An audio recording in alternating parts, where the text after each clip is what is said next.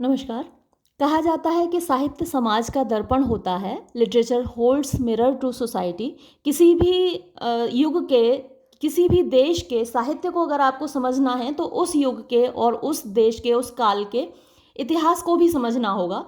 उदाहरण के लिए अगर आप रेनेसां पीरियड का लिटरेचर पढ़ते हैं तो उसमें इस तरीके के एक्सप्रेशंस क्यों हैं, ये जानने के लिए आपको उस रेनेसां पीरियड का इतिहास भी पढ़ना पड़ेगा। या फिर आप 18th सेंचुरी का मान लीजिए साहित्य पढ़ रहे हैं तो आपको उस युग का इतिहास भी पढ़ना पड़ेगा। रेस्टोरेशन कॉमेडी इस तरीके की क्यों है, तो उसके लिए आपको रेस्टोरेशन पीरियड का इतिहास पढ़ना पड़ेगा। अब फिफ्थ सेमेस्टर में आपके में क्लासिकल लिटरेचर है, तो उस क्लासिकल लिटरेचर को समझने के लिए आपको उस युग का इतिहास भी जानना होगा। तो आपके सिलेबस में पहली ही यूनिट में हिस्टोरिकल बैकग्राउंड है, यानी आपको थोड़ा यूनान के बारे में जानना है, थोड़ा रोम के बारे में जानना है। हालांकि जो टेक्स्ट आपके सिलेबस में हैं वो सारे यूनानी हैं, रोमन टेक्स्ट आपके सिलेबस में नहीं है, लेकिन फिर भी थोड़ा सा रोम के बारे में भी जान लीजिएगा। पहले थोड़ा यूनान के बारे में जान लीजिए। हिस्ट्री ऑफ एंशिएंट ग्रीस, यानी प्राचीन यूनान का इतिहास। ग्रीस ये दा नहीं आएगा, सिर्फ ग्रीस आएगा। Greece was a north eastern Mediterranean civilisation. तो जो यूनान था वो उत्तरी पूर्वी भूमध्य सागरीय सभ्यता थी। इट्स हिस्ट्री इज रफली डिवाइडेड इनटू फॉलोइंग पीरियड्स। इसका इतिहास मतलब मोटे तौर पर इन युगों में बटा हुआ है। पहला है मिसेनियन ग्रीस, ये ग्रीस ही आएगा। 1400 से लेकर 1200 बीसी तक। डार्क एजेस 1200 से लेकर 800 बीसी। ये रफ डिवीजन ही है, हार्ड एंड फास्ट नहीं है। आर्चाइक और एपिक पीरियड ये 800 से लेकर 500 बीसी, और क्लासिकल पीरियड ये 500 से लेकर 300 BC. After the dark ages in the archaic period Greeks were settled across the Mediterranean and the Black Seas. तो ये जो पीरियड्स का डिवीज़न है इसमें डार्क एजेस के बाद आर्चाइक पीरियड में जो यूनानी थे वो सेटल हो गए भूमध्य सागर और ब्लैक सी के आसपास। The age saw two revolutions, इस युग में दो क्रांतियाँ हुई। एंड एस्टेब्लिश्ड पोलेस, ये जो पोलेस वर्ड है ये आपको जानना बहुत ज़रूरी है। POLIS, पोलिस इसका सिंगुलर होता है, यानी सिटी स्टेट्स होते थे। जो यूनान का विभाजन था वो सिटी स्टेट्स में था। जैसे आप जब आपने अभी मेरे साथ एडिपस रेक्स पढ़ा तो वो थीब्स और कोरिंथ दो सिटी स्टेट्स पर केंद्रित था, सेंटर्ड था। तो जो वहाँ के किंगडम्स होते थे वो सिटी स्टेट्स कहलाते थे या पोलिस कहलाते थे। तो जब पोलिस सिंगुलर में लिखा जाता है तो उसकी स्पेलिंग होती है POLIS, और जब ये प्लूरल में लिखा जाता है तो उसकी स्पेलिंग होती है POLEIS। दोनों में डिफरेंस याद रखिएगा। तो यहाँ इन नगर राज्यों की स्थापना हुई, established police. The distinctively Greek city states, तो ये जो पोलिस थे ये ख़ास तौर पर यूनान के नगर राज्य थे, सिटी स्टेट्स यानी नगर राज्य थे।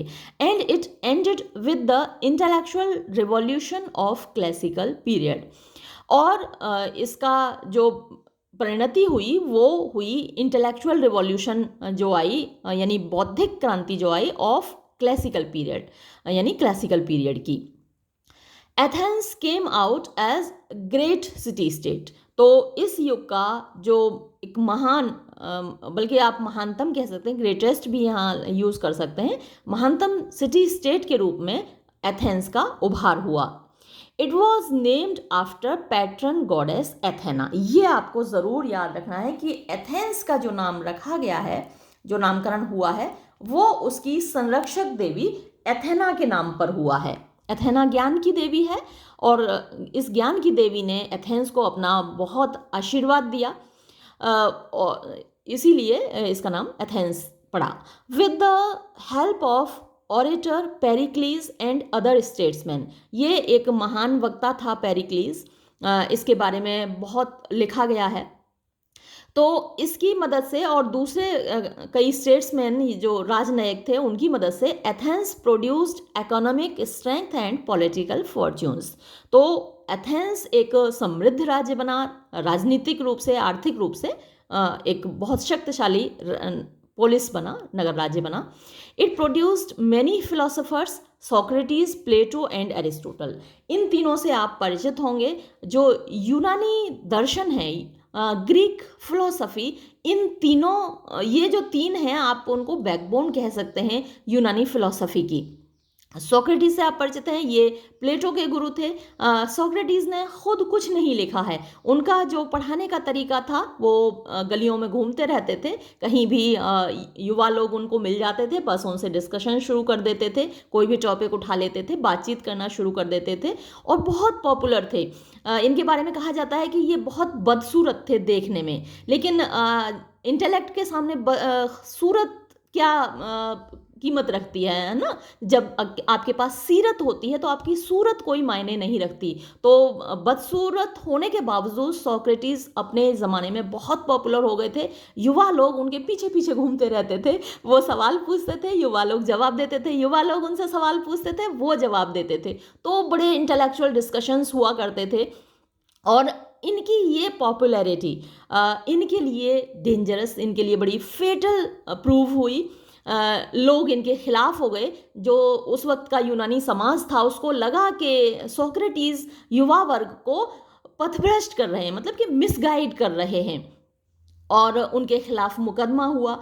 मुकदमे में उनकी हार हुई, मतलब जो मुकदमा चलाने वाले थे, क्योंकि देखिए जब युवा वर्ग आपके अनुसार सोचने लगता है, आपको फॉलो करने लगता है, तो जाहिर सी बात है जो जिनके हाथ में सत्ता है, जिनके हाथ में पावर है, उनकी पकड़ ढीली पड़ेगी, तो उनका नाराज होना लाजमी है।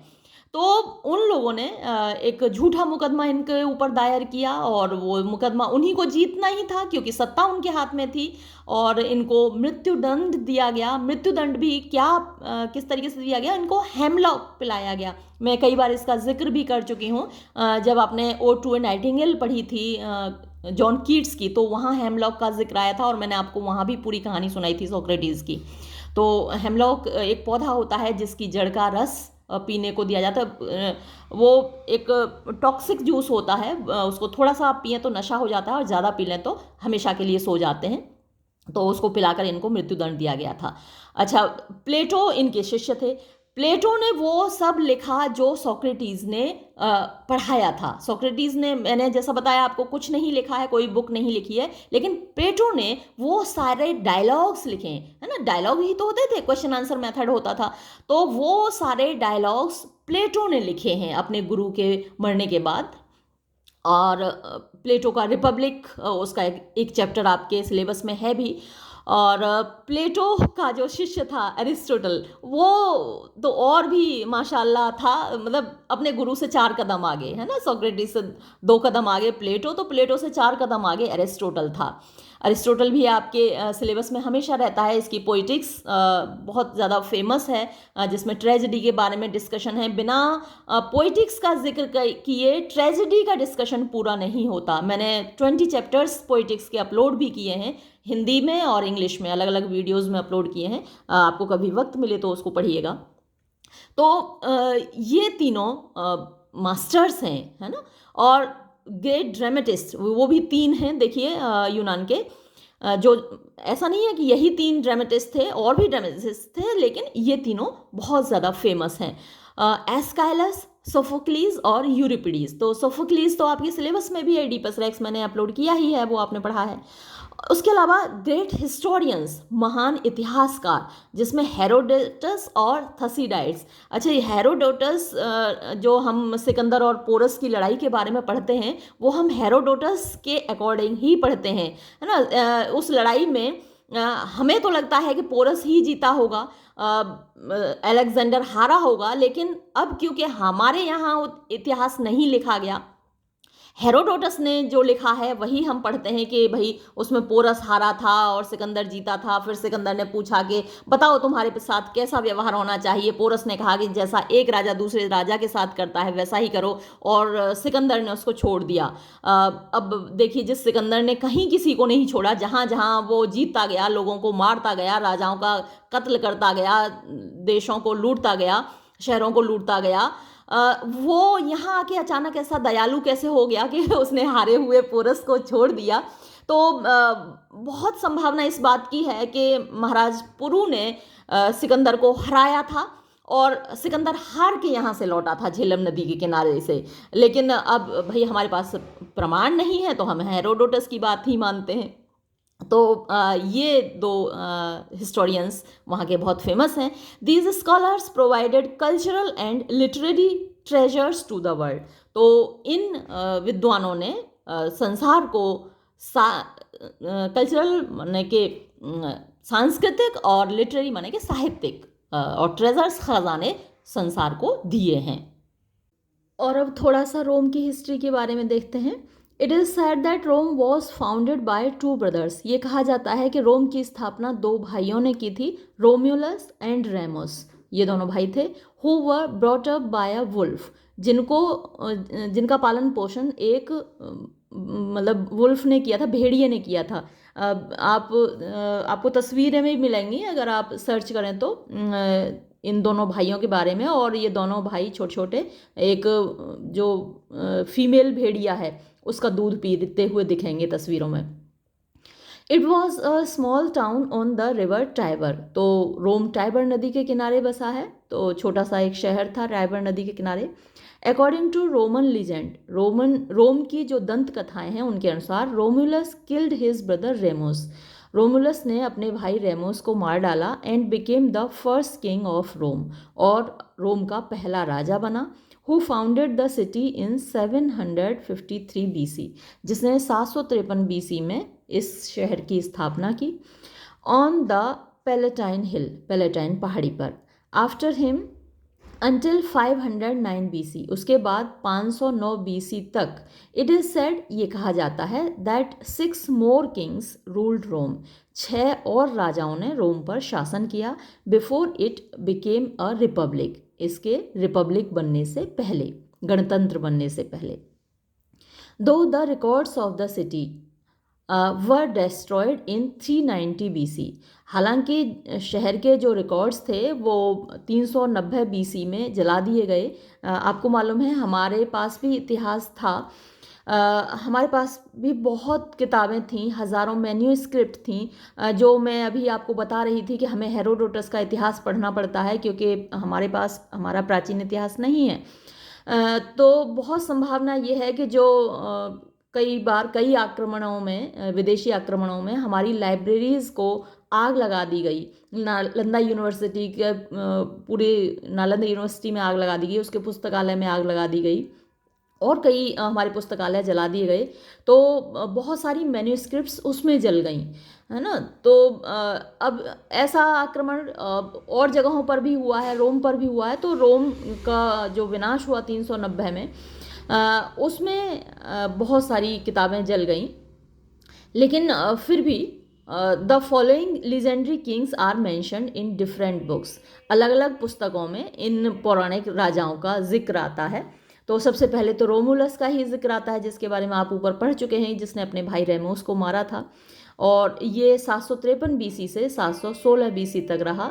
न्यूमा पोम्पिलियस, ये 715 BC से 672 BC तक रहा। टूलस होस्टिलियस, ये 672 BC से 640 BC तक रहा। एंकस मार्सियस, ये 640 BC से 616 BC तक रहा। ल्यूसियस टार्किनस प्रिस्कस, ये 616 से 578 BC तक रहा। सर्वियस टुलियस, ये 578 BC से 534 BC तक रहा। ल्यूसियस टार्क्विनस सुपरबस, इसको टार्क्विनस द प्राउड भी कहा जाता है। तो ये 534 BC से 509 BC तक रहा। इन 509 BC 509 BC में इट बिकेम अ रिपब्लिक, ये एक गणतंत्र बन गया, but it faced many civil wars, लेकिन यहाँ बहुत सारे गृह युद्ध हुए। Gaius Julius Caesar was a famous military general. तो ये ट्रिumvirate हुआ करता था रोम में जब ये गणतंत्र बना, यानी 3 लोग मिलकर शासन करते थे। तो इसमें जो पहला ट्रिumvirate बना था उसमें जूलियस सीजर था, पोम्पी था। तो ये जो जूलियस सीजर था काफ़ी प्रोमिनेंट हो गया। इसने मतलब जब आपस में लड़ाई हुई तो इसने पोम्पी को हरा दिया और ये सोल रूलर बन गया, है ना। तो ये एक प्रसिद्ध मिलिट्री जनरल था who convinced the senate, benefited his troops and made the laws for the welfare of the people.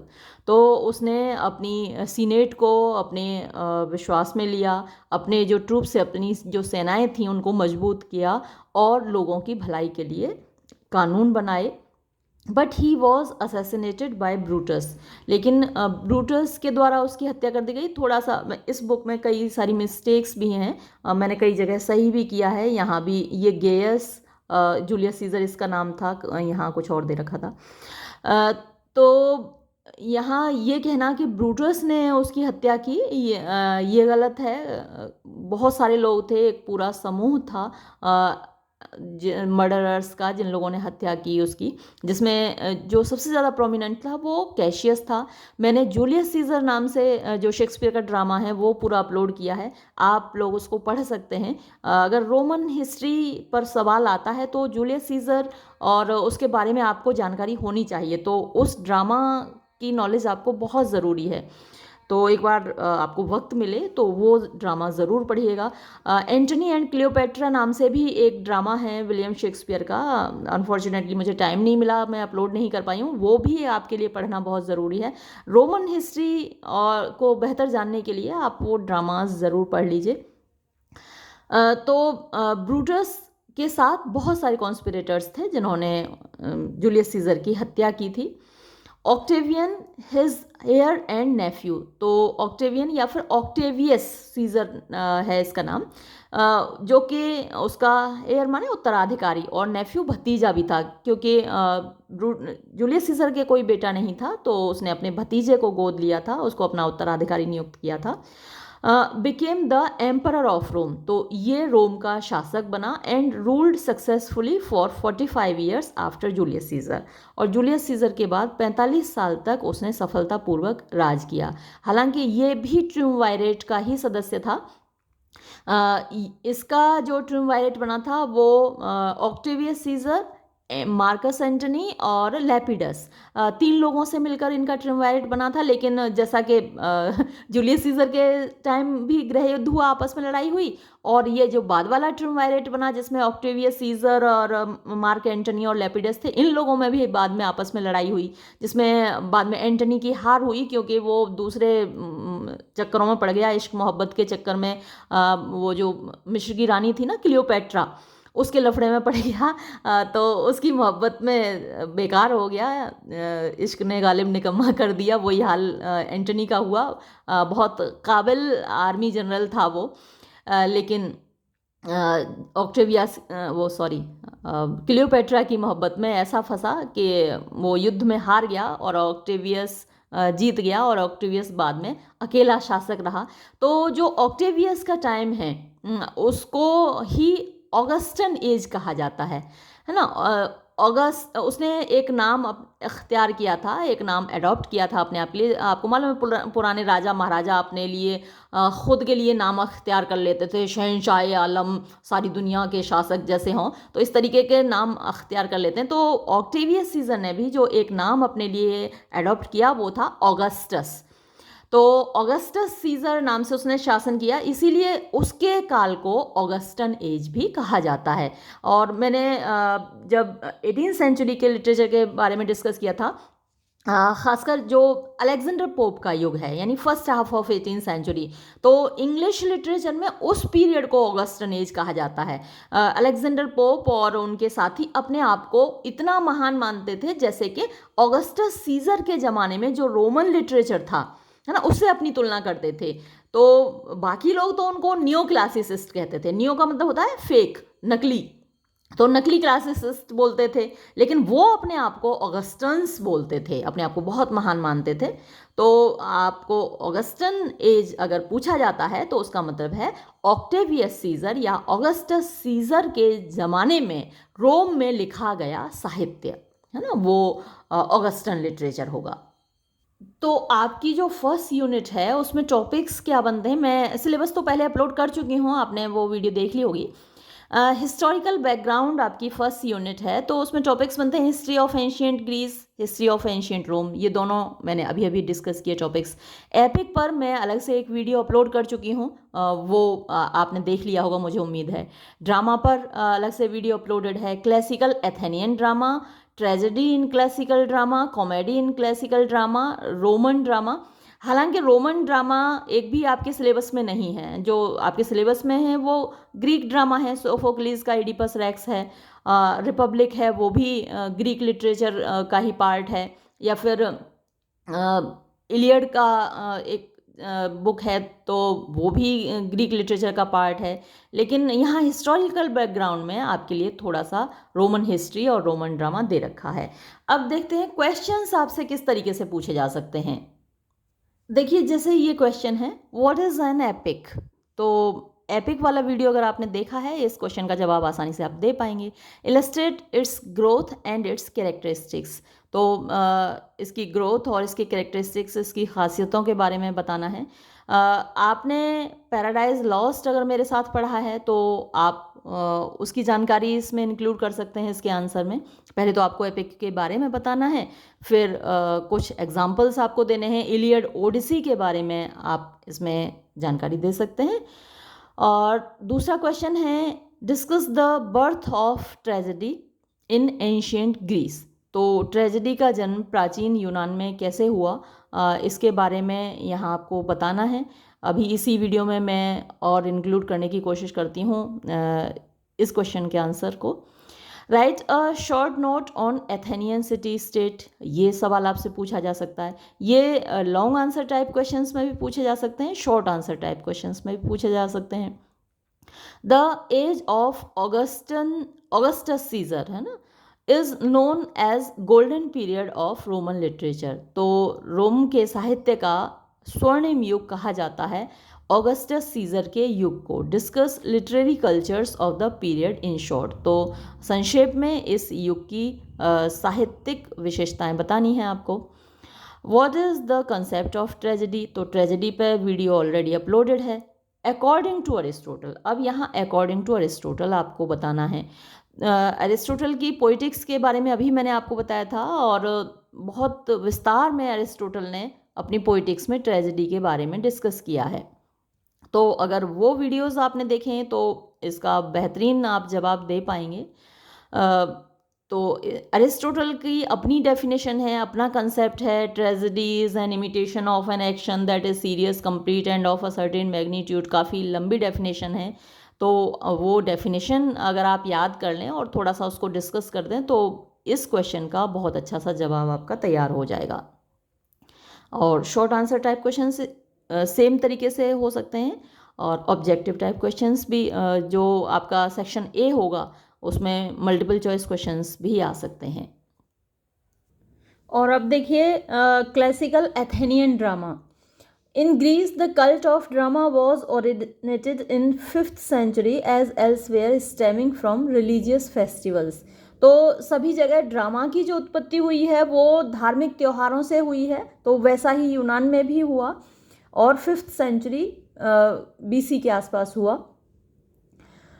डियोनीसिया was the religious festival dedicated to Dionysus, the god of wine। तो वहाँ जो त्यौहार होता था वो डियोनीशिया होता था, जो कि शराब के देवता डियोनीसस को डेडिकेटेड होता था, समर्पित होता था। इनका नाम याद रखिएगा। जो रोमन गॉड ऑफ वाइन है वो बेकस हैं, और Greek god of wine Dionysus हैं। The whole population used to gather in an open theatre. तो जितनी जनसंख्या होती थी वो सब इकट्ठा होते थे ओपन थिएटर में। And a contest used to take place, और वहाँ पर एक प्रतिस्पर्धा होती थी, यानी कंपटीशन होता था। ऑन दिस स्प्रिंग फेस्टिवल, बसंत के इस त्योहार पर।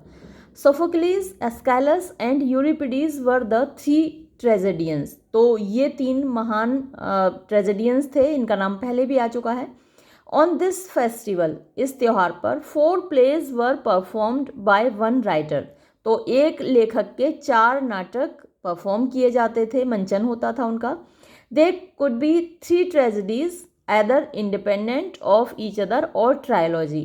तो उन 4 में से 3 ट्रेजेडीज हो सकती थी, जो कि अलग अलग भी हो सकती थी, और एक ट्रायोलॉजी मतलब एक सीक्वेंस फॉर्म में भी हो सकती थी, और अ सैटर प्ले इन लाइटर वेन। और एक सैटर प्ले हुआ करता था, लाइटर वेन मतलब हल्का फुल्का, यानी कि कॉमेडी। तो ये परंपरा थी वहाँ की। फिर है tragedy in classical drama. Greek tragedy is believed to have begun in the 6th century BC with Thepsis, who introduced the first actor on the stage। तो जो यूनानी ट्रेजेडी है वो 6ठी शताब्दी BC में शुरुआत उसकी हुई बताई जाती है, जो कि थेप्सिस से शुरू हुआ। थेप्सिस जो कि पहला एक्टर था स्टेज पर, इसका नाम याद रखिएगा। The conversation of this actor with the leader of the satiric chorus constituted the first dramatic dialogue। तो इस एक्टर ने यानी थेप्सिस ने जो कोरस से बातचीत की स्टेज पर आकर, वो पहला ड्रामेटिक डायलॉग माना जाता है। एंड हिज इम्पर्सोनेशन, यहाँ स्पेलिंग थोड़ी गलत है, इम्पर्सोनेशन PERSO होगा, ये R का S बन गया है। His impersonation of the great legendary heroes may be said to be the first example of character acting। तो उसने जो पर्सोनिफाई किया, यानी उसने इतिहास के महान हीरोज़ की जो भूमिका अदा की, वो अपने आप का पहला उदाहरण था। The choric element and the religious note were chief characteristics of the tragedies। तो इन ट्रेजेडीज़ का, यानी ये जो दुखांत नाटक हुआ करते थे, इनमें 2 चीज़ें जो ख़ास थी, वो एक था कोरिक एलिमेंट यानी कोरस हुआ करता था, और दूसरा रिलीजियस नोट यानी धार्मिक इनकी थीम हुआ करती थी। Aeschylus plays were in verse form sung by a chorus with 1 or 2 characters each। एस्काइलस के जो नाटक हुआ करते थे वो कोरस के द्वारा गाए जाते थे, और उसमें 1 या 2 कैरेक्टर्स हुआ करते थे। With Euripides, the role of chorus was significant, but the plot and action became more important। यूरिपिडीज के टाइम में, यानी जो यूरिपिडीज के नाटक होते थे उनमें कोरस की भूमिका महत्वपूर्ण थी, लेकिन प्लॉट और एक्शन उससे भी ज़्यादा इम्पोर्टेंट हो गए। But for Sophocles the chorus was an actor and a commentator. लेकिन सोफोक्लिस के नाटकों में कोरस एक एक्टर हुआ करता था और एक कमेंटेटर हुआ करता था। इसका और अच्छे से आप लिख पाएंगे अगर आपने वो वीडियोस देखे हैं एडिपस रेक्स के। वहाँ एक पूरी तरीके से इन्वॉल्व रहता है कोरस। जैसे जब आप डॉक्टर फॉस्टर्स आपने पढ़ा, वहाँ कोरस का कोई रोल नहीं था, सिर्फ उसने प्रोलोग बोला और एपिलॉग बोला। लेकिन यहाँ कोरस बाकायदे पूरे ड्रामा में पार्टिसिपेट करता है। तो आप इडिपस रेक्स एक बार ज़रूर डिटेल में पढ़ लीजिए, इसीलिए मैंने पूरा अपलोड किया है। उसको अच्छे से पढ़े बिना आप क्लासिकल ड्रामा के किसी भी सवाल का उचित जवाब नहीं दे पाएंगे, है ना। तो प्रॉपर आंसर देने के लिए आपको उस ड्रामा को पढ़ना बहुत ज़रूरी है। और अब देखिए क्लासिकल ग्रीक ट्रेजेडी का स्ट्रक्चर क्या होता है। इडिपस रेक्स आपने मेरे साथ पढ़ा है तो आपको पूरा स्ट्रक्चर मालूम होगा, मैं साथ ही साथ आपको बताती भी गई थी। The following are the main elements of typical tragedy, यानी जो टिपिकल ग्रीक ट्रेजेडी है उसके ये एलिमेंट्स हैं, तत्व हैं उसके। प्रोलोग, तो सबसे पहला एलिमेंट प्रोलोग है, और ये प्रोलोग वैसा नहीं है जैसा कि अमूमन होता है ड्रामाज में। आपने इंग्लिश ड्रामा के प्रोलोग्स देखे हैं, the way of the world में भी प्रोलोग था, डॉक्टर फॉस्टर्स में प्रोलोग था, एज यू लाइक इट में भी प्रोलोग था।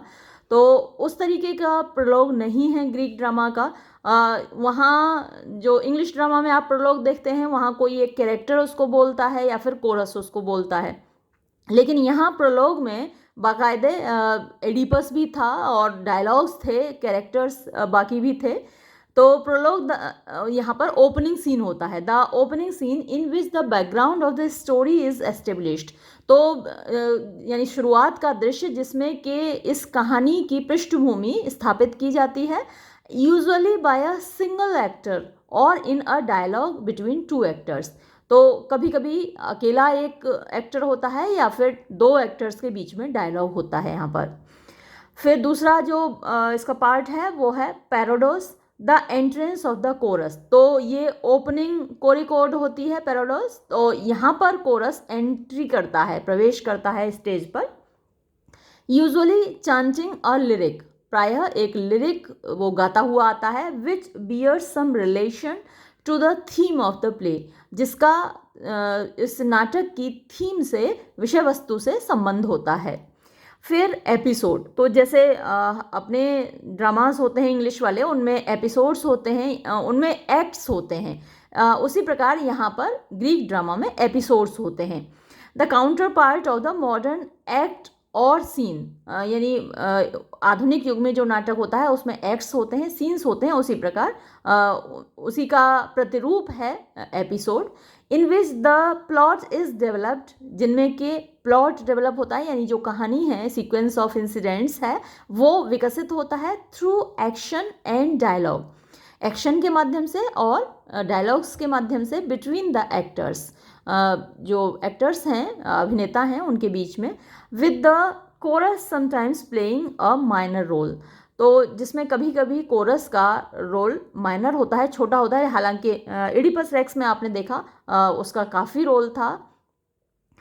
स्टेसिमोन, द कोरल ओड, तो जो आगे कोरल ओड होती हैं वो स्टेसिमोन कहलाती हैं, यानी एक एपिसोड फिर एक स्टेसिमोन, फिर एक एपिसोड फिर एक स्टेसिमोन, इस तरीके से चलता है। The stasimon comes at the end of each episode, तो हर एपिसोड के एंड में स्टेसिमोन आता है, so that the tragedy is a measured alternation between these two elements. तो ये जो दोनों एलिमेंट्स हैं, एपिसोड और स्टेसिमोन, ये अल्टरनेट करके आते हैं, यानी अभी मैंने बताया एक एपिसोड फिर एक स्टेसिमोन, फिर एक एपिसोड फिर एक स्टेसिमोन। और जो लास्ट पार्ट है वो एक्सोडस होता है, the final action after the last stasimon. तो अंतिम स्टेसिमोन के बाद जो फाइनल एक्शन होता है वो एक्सोडस है, ended by the ceremonial exit of all the players. तो इस एक्सोडस में सारे प्लेयर्स स्टेज से एग्जिट कर जाते हैं, निकल जाते हैं इसके बाद। देखिए, Greek drama, Greek theatre, Athenian drama या क्लासिकल ट्रेजेडी, इससे रिलेटेड कोई भी सवाल अगर आता है आपके एग्ज़ाम में, तो उसका जवाब आप सोफोक्लीज के इडिपस रेक्स के आधार पर ही देंगे, क्योंकि वही एक ग्रीक ड्रामा है जो आपके सिलेबस में है। इसलिए पहले मैंने वो पूरा ड्रामा अपलोड किया, फिर क्वेश्चंस डिस्कस कर रही हूँ ये वाले फर्स्ट यूनिट के। तो पहले आप ज़रूर वो ड्रामा पूरा देख लीजिए, क्योंकि सारे क्वेश्चंस के आंसर्स उसी पर बेस्ड हैं। उसे नहीं पढ़ेंगे तो आप किसी सवाल का जवाब नहीं दे पाएंगे। चलिए देखते हैं। There are certain traditions of the Greek theatre that can be seen in the Oedipus trilogy. तो ग्रीक थिएटर की कुछ परंपराएं हैं जो कि आप इडिपस ट्रायलॉजी में देख सकते हैं। देयर आर, तो ये तो वही सेंटेंस है। Let us look at some of these. तो आइए उनमें से कुछ परंपराओं को देखें। Classical actors wore mask to suggest the characters they were playing. तो आज जैसे एक्टर्स होते हैं, एक कैरेक्टर की भूमिका एक ही एक्टर निभाता है, वैसा क्लासिकल ड्रामा में या ग्रीक ड्रामा में नहीं हुआ करता था। वहाँ कैरेक्टर्स मास्क पहनते थे, यानी मास्क पहनकर एक एक्टर कई कैरेक्टर्स की भूमिका निभा सकता था। Man played all the roles in the play. तो नाटक में सारी भूमिकाएं पुरुष ही निभाते थे। जैसे अभी आपने सोफोक्लीज का इडिपस रेक्स जब पढ़ा तो उसमें जोकास्टा फीमेल कैरेक्टर है, लेकिन फीमेल कैरेक्टर का रोल निभाने के लिए वहाँ कोई एक्ट्रेस नहीं होती थी, कोई औरत या कोई लड़की उस भूमिका को नहीं निभाती थी, उसको पुरुष ही निभाते थे, मर्द ही निभाते थे। Because the Greeks thought it was undignified for women, क्योंकि यूनानियों का मानना था कि औरतों के लिए ये बेइज्जती की बात है टू अपीयर ऑन स्टेज, यानी स्टेज पर, रंगमंच पर आना। This attitude prevailed even in Shakespeare's time, और यही एटीट्यूड लोगों का शेक्सपियर के ज़माने में भी था। 2000 ईयर्स लेटर, यानी 2000 साल बाद भी यही एटीट्यूड रहा। An actor might play more than one role, एक एक्टर एक से ज़्यादा भूमिकाएं निभा सकता था। अच्छा, हमारे यहाँ जो रामलीला होती है उसमें भी लड़कियां नहीं कोई रोल निभाती, सीता का रोल भी एक लड़का ही निभाता है वहाँ पर। जैसे आपने वो देखी भी होगी, अरे आयुष्मान खुराना की फिल्म देखी होगी, क्या उसका नाम, ड्रीम गर्ल 2, हाँ, तो आयुष्मान खुराना उसमें सीता की भूमिका निभाता है। तो ये अभी भी होता है रामलीला में, और वही ग्रीक ड्रामा में भी होता था ऑन स्टेज, और शेक्सपियर के ज़माने में भी होता था। In Oedipus the King, Oedipus the King या इडिपस रेक्स जो नाटक आपने पढ़ा है उसमें, फॉर एग्जाम्पल, उदाहरण के लिए, while the actor who played Oedipus, यानी जिस अभिनेता ने इडिपस का रोल निभाया है, कुडंट प्ले एनीवन एल्स, वो किसी और व्यक्ति की भूमिका नहीं निभा सकता, क्योंकि Oedipus appears in every scene, हर दृश्य में इडिपस ज़रूर है, तो वो तो एक ही एक्टर पूरे टाइम इडिपस ही बना रहेगा।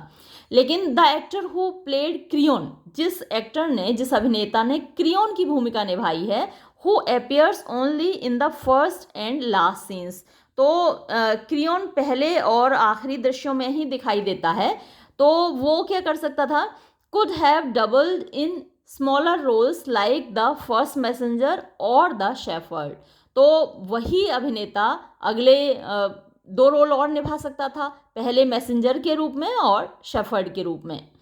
The third actor could have played the roles of Tiresias, Jocasta and the second messenger, तो ये तीनों अलग अलग टाइम पर दिखाई देते हैं स्टेज पर, तो एक ही एक्टर टियर्सियास भी बन सकता था, जोकास्टा भी बन सकता था, और सेकंड मैसेंजर भी बन सकता था। सिंस दे ऑल वोर मास्क, अब क्योंकि वो सभी मास्क पहनते थे, मुखौटे पहनते थे, the audience wouldn't notice that crayon had suddenly become a shepherd, तो ऑडियंस इस बात को नहीं देख पाते कि क्रियोन अचानक से शेफर्ड बन गया। फिर देखिए कि the chorus was not considered part of the acting ensemble, यानी जो एक्टिंग करने वाला समूह था अभिनेताओं का, उसका पार्ट कोरस को नहीं माना जाता था। हालांकि जो आपने इडिपस रेक्स में देखा है वहाँ तो पूरी तरीके से उसी का पार्ट है। Its role was to chant, sing and dance, तो कोरस की जो भूमिका थी वो गाना बजाना, नाचना, as part of the artistic development of the story, यानी कहानी का जो कलात्मक विकास था उसका पार्ट हुआ करता था। And it stayed in a separate area of the stage, तो स्टेज के एक अलग क्षेत्र में ये रहता था, खड़ा रहता था chorus. These performers may have worn mask as well, तो ये परफॉर्मर्स भी मास्क पहने रहते होंगे, कभी पहनते होंगे या नहीं पहनते होंगे, but historical sources suggest that they were graceful dignified dancers, लेकिन ऐतिहासिक स्रोत ये बताते हैं कि वो बड़े खूबसूरत और अच्छे नर्तक हुआ करते थे। Who used their own faces, जो अपने खुद के चेहरे सामने रखा करते थे, टू एक्सप्रेस, यानी अभिव्यक्त करने के लिए, द चेंजिंग मूड्स, यानी बदलती हुई जो भावावस्थाएं होती थी, and attitudes of the scenes, जो दृश्यों का भाव होता था, यानी एक सुखद दृश्य है तो उसमें चेहरे का भाव अलग होगा, एक दुखद दृश्य है तो उसमें चेहरे का भाव अलग होगा, कोई आश्चर्यजनक दृश्य है तो वहाँ चेहरे का भाव अलग होगा, तो बजाय मुखौटा पहनने के ये लोग अपने ही चेहरे प्रयोग किया करते थे, जिससे कि क्योंकि जो मुखौटा है उसमें तो आप फेशियल एक्सप्रेशन चेंज नहीं कर सकते, तो फेशियल एक्सप्रेशन आप तभी चेंज कर सकते हैं जब आपका खुद का चेहरा सामने हो, तो ये लोग अपना खुद का चेहरा यूज़ करते थे। Sophocles made some radical innovations in the use of chorus, अब जैसा कि अभी बात हुई थी कि कोरस को यूज़ करने में बहुत नए प्रयोग किए सोफोक्लीज ने। He increase the traditional number of the chorus from 12 to 15, तो उससे पहले 12 मेंबर हुआ करते थे कोरस में, इसने 15 कर दिए। He also introduce dirge like instrumental music, तो क्योंकि ट्रेजेडी होती थी तो डर्ज होता है शोक गीत, तो शोक गीत के जैसा इंस्ट्रूमेंटल म्यूजिक यानी वाद्य संगीत भी उसने शुरू किया।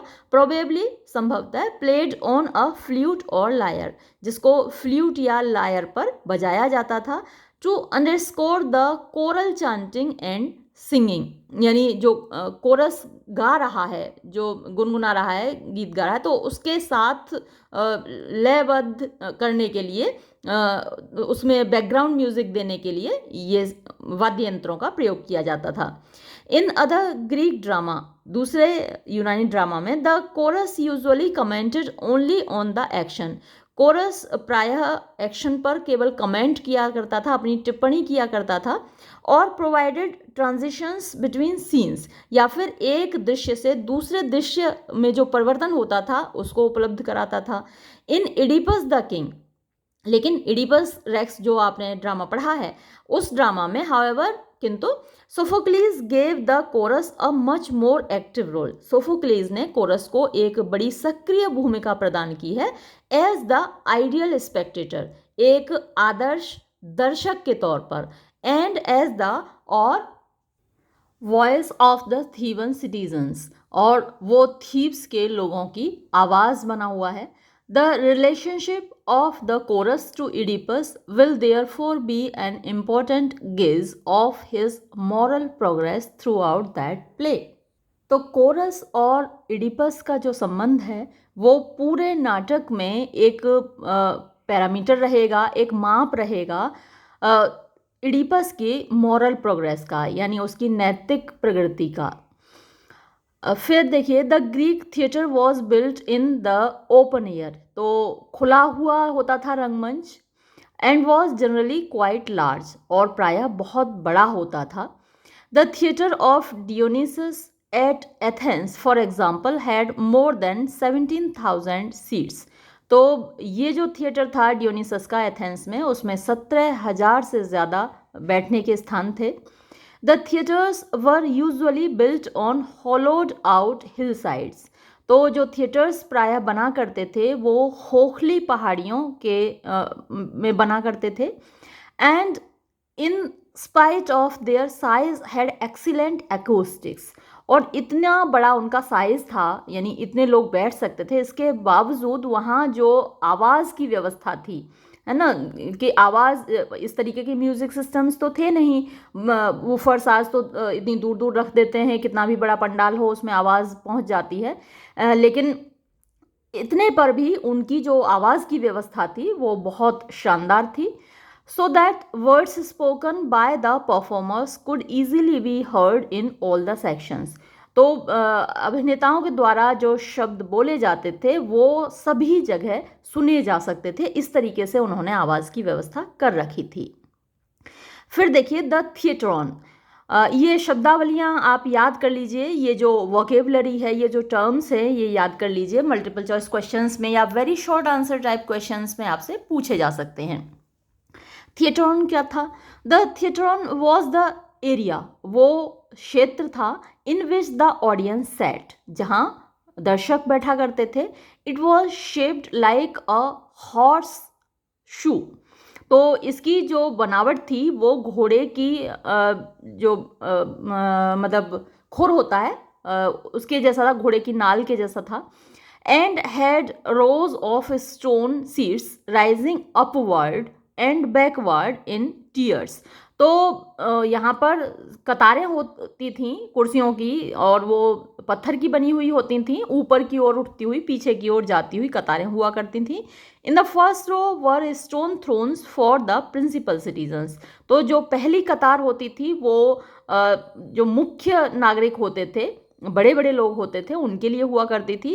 एंड द प्रीस्ट ऑफ डियोनिसस, और पहली कतार में ही डियोनिसस के जो पुजारी थे वो भी बैठा करते थे। फिर आगे देखिए, the orchestra, the circular area at ground level, यानी गोल क्षेत्र होता था जमीन के स्तर पर, which was enclosed on 3 sides, जो 3 ओर से घिरा हुआ होता था, बाय द यू शेप्ड थिएट्रॉन, यानी यू शेप्ड थिएट्रॉन के द्वारा, यानी दर्शक दीर्घ आप ऊपर पहले पढ़ ही चुके हैं थिएट्रॉन क्या था, तो यू शेप में होता था और उससे घिरा होता था, नोन एज ऑर्केस्ट्रा, तो उस जगह को ऑर्केस्ट्रा कहा जाता था और dancing place of the coarse, या फिर आप इसको कह सकते हैं कोरस के नाचने की जगह। In its centre was the thymele, इसके बीचों बीच थाइमील था। An altar to Dionysus, Dionysus की वेदी हुआ करती थी। On which sacrifice was made, जिस पर के बलि चढ़ाई जाती थी।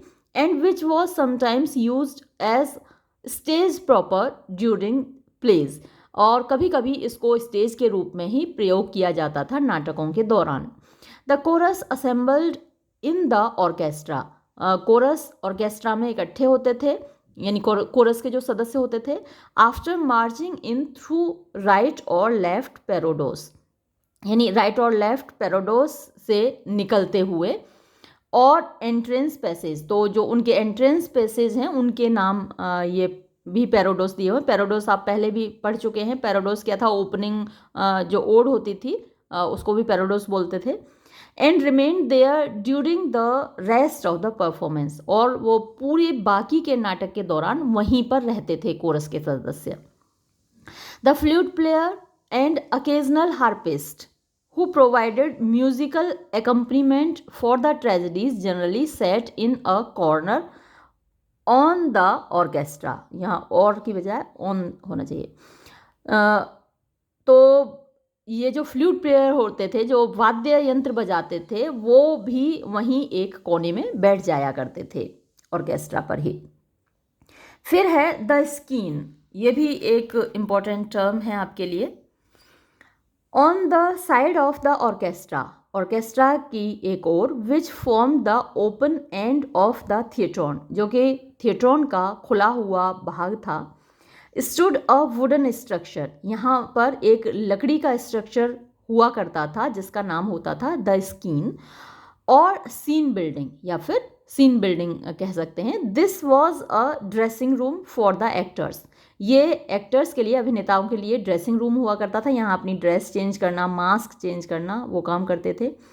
But its facade was usually made to resemble a palace or scene temple, लेकिन इस पर जो चित्रकारी होती थी वो एक मतलब दृश्य होता था, महल का दृश्य या फिर एक मंदिर का दृश्य।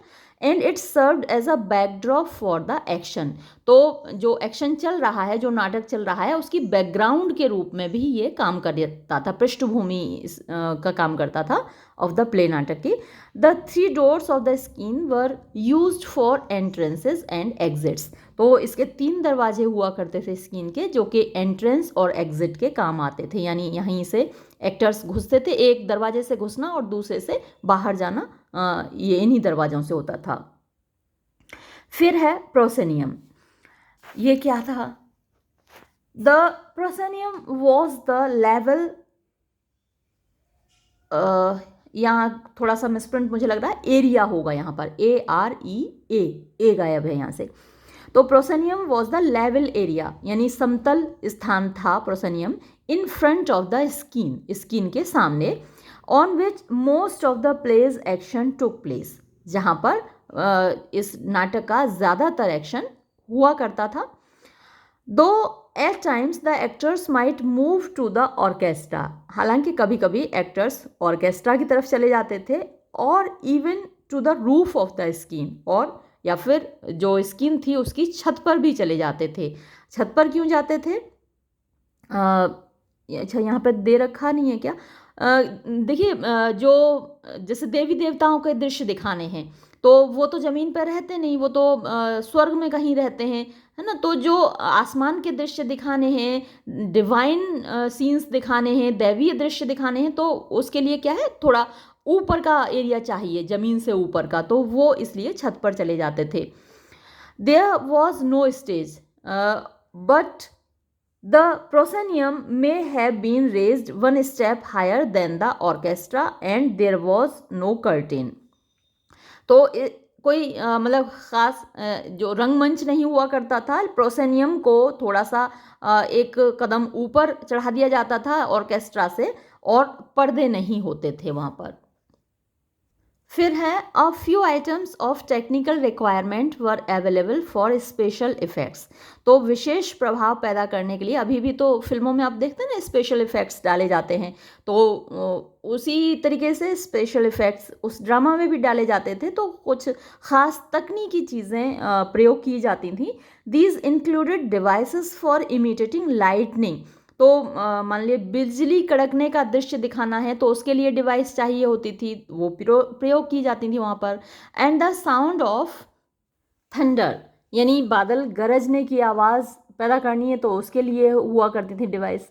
अदर नॉइज मेकर्स, और दूसरे शोर करने वाले चीज़ें होती थी। पेंटेड सीनरी होती थी, यानी कहीं का दृश्य दिखाना है, जंगल का दृश्य दिखाना है, नदी का दृश्य दिखाना है तो उसके लिए पेंटेड सीनरी होती थी।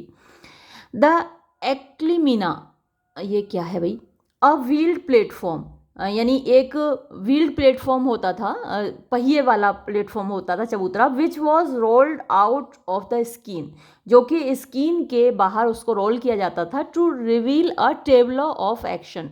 यानी टेबलो होती है जिस पर एक दृश्य उपस्थित किया जाता है। आपने देखा होगा जब 26 जनवरी पर बहुत सारे हमारे उत्तर प्रदेश का टेबलो होता है, अलग अलग राजस्थान का टेबलो है, अलग अलग राज्यों की झांकी प्रस्तुत की जाती है। तो यहाँ भी एक्शन की एक झांकी, जो चीज़ स्टेज पर नहीं दिखाई जा सकती, पीछे कहीं एक्शन हुआ तो उसकी झांकी दिखाई जाती थी। That had taken place indoors, जो कि बंद दरवाजों के पीछे हुआ है। मैनी सीन्स ऑफ वायलेंस, हिंसा के बहुत सारे दृश्य। As for example at the end of Antigone, जैसे कि एंटीगनी के एंड पर, where the doors of the palace are open to show the corpse of Eurydice, जहाँ महल के दरवाजे खोले जाते हैं यूरिडाइस की डेड बॉडी दिखाने के लिए। And the machine, some kind of derrick that could be mounted on the roof of the skin and used to bring about the miraculous appearances। तो ये जो डेरिक है ये एक तरीके की क्रेन होती थी, है ना, तो क्रेन के माध्यम से क्रेन पे लटका के बहुत सारे चीज़ें दिखाई जाती थी। मिरेकुलस अपीयरेंस, वही आश्चर्यजनक अपीयरेंस ऑफ गॉड्स, देवी देवताओं के जो दृश्य दिखाए जाते थे वो क्रेन के माध्यम से दिखाए जाते थे।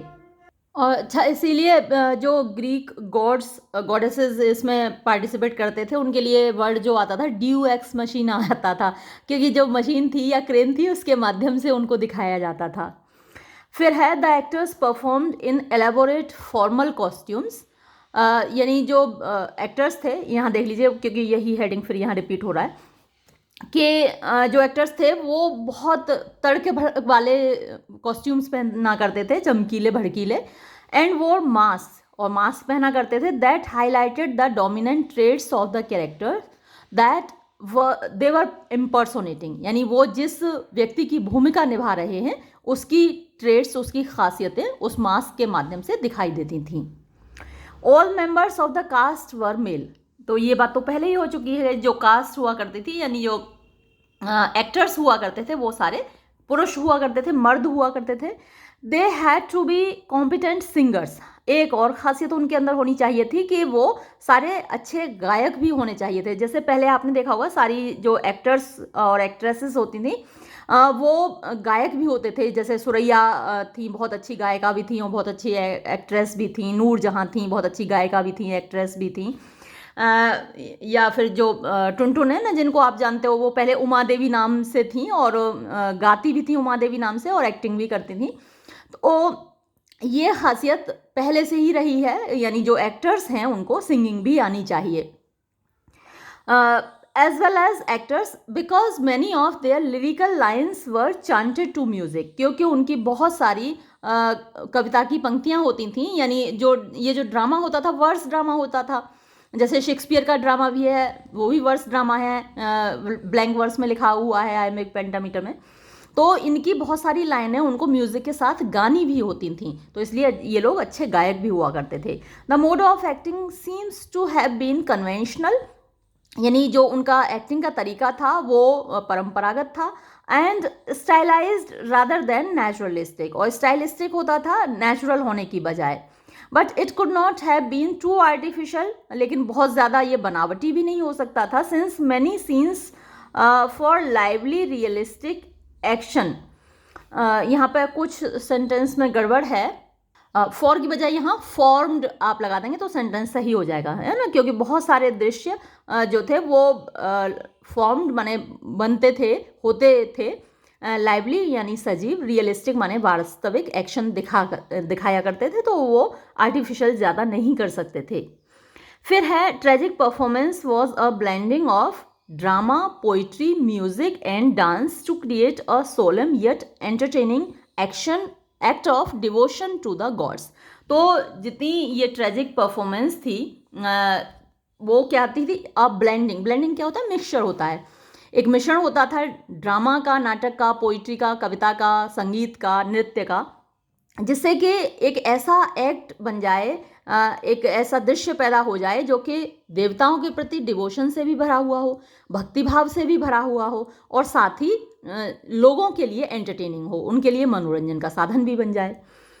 ऑन द होल, कुल मिलाकर tragic performers must have been very stately and colourful spectacles. तो ये जो ट्रेजिक परफॉर्मेंसेस थी, यानी जो ट्रेजिक ड्रामा, ट्रेजेडीज दिखाई जाती थी, वो बहुत शानदार और बहुत रंग बिरंगे दृश्य हुआ करते थे, in which a pageant like quality was derived from the brilliant costumes and organised movements of large numbers of players and extras.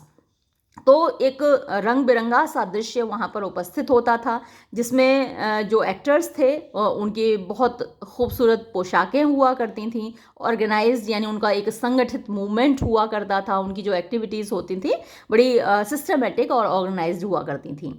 And the blending of drama, poetry, music, dance to create a solemn yet entertaining act of devotion to the gods. तो ये पहले मैं बताई चुकी हूँ, explain कर ही चुकी हूँ। तो ये कुल मिलाकर इस प्रकार का दृश्य वहाँ पर हुआ करता था, इस प्रकार से ड्रामा प्रेजेंट किया जाता था। अब जैसे यहाँ पर डियोनिसस की बेदी की बात हुई है, तो आप इडिपस रेक्स से एग्जाम्पल दे सकते हैं। वहाँ भी दिखाया गया है कि डियोनिसस की जो आल्टर है उसमें भी है, वहाँ पर लोग चढ़ा रहे हैं, प्रसाद चढ़ा रहे हैं, ऑफरिंग्स दे रहे हैं। खुद जो कास्टा भी वहाँ पर ऑफरिंग देती है, यानी प्रसाद चढ़ाती है। तो ये सब कुछ आप तब फॉलो कर पाएंगे जब आप एक बार इडिपस रेक्स को पढ़ लेंगे।